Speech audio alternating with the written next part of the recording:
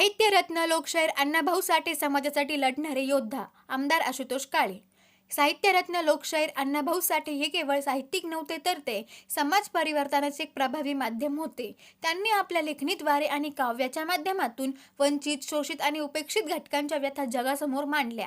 अण्णाभाऊ साठे हे फक्त साहित्यिक नव्हते, तर ते समाजासाठी लढणारे योद्धा होते, असे प्रतिपादन आमदार आशुतोष काळे यांनी केले।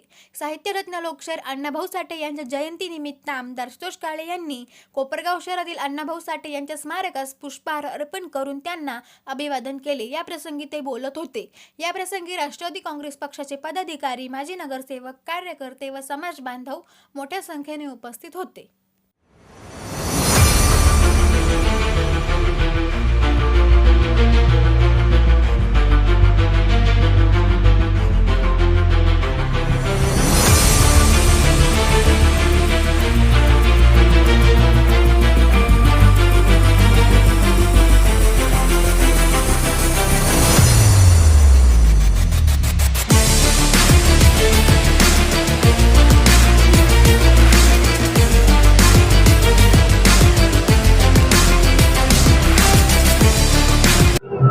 105व्या जयंतीच्या निमित्ताने राष्ट्रवादी काँग्रेस पार्टी कोपरगाव आमच्या वतीने त्यांना अभिवादन करण्यासाठी आम्ही सर्वजण या ठिकाणी उपस्थित झालेलो। या निमित्ताने त्यांना विनम्र अभिवादन करतो।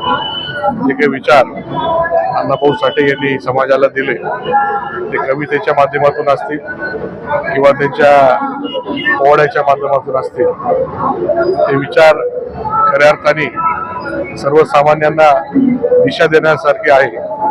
म्हणून या विचारांवर आपण चालून आपलं जीवन अजून चांगल्या पद्धतीने करू शकतो।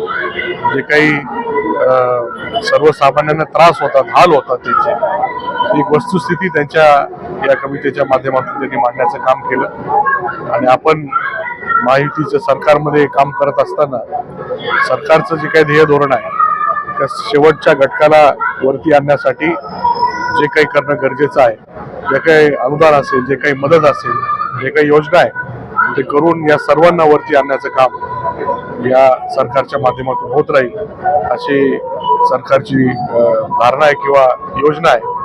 त्या पद्धतीने सरकार काम करते।